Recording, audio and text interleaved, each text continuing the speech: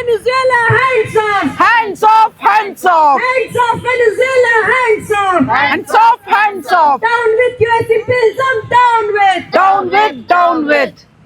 Can you tell me for what you are protesting for? What is the reason behind it? Today we are all here from SUCI Communist Party to protest against the US imperialist arrest of the president of Venezuela.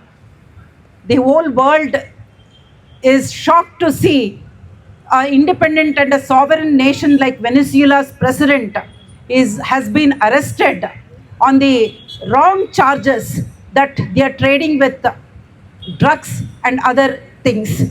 But we all know today US imperialists have been attacking all the independent and sovereign nations for their personal interests, particularly for their economic interests. And today they have attacked Venezuela with the same purpose, because Venezuela is the highest oil producing country in the world, and America is very much interested in that, as because the president of Venezuela, Nicolas Maduro, has protested against the imperialist economic attacks.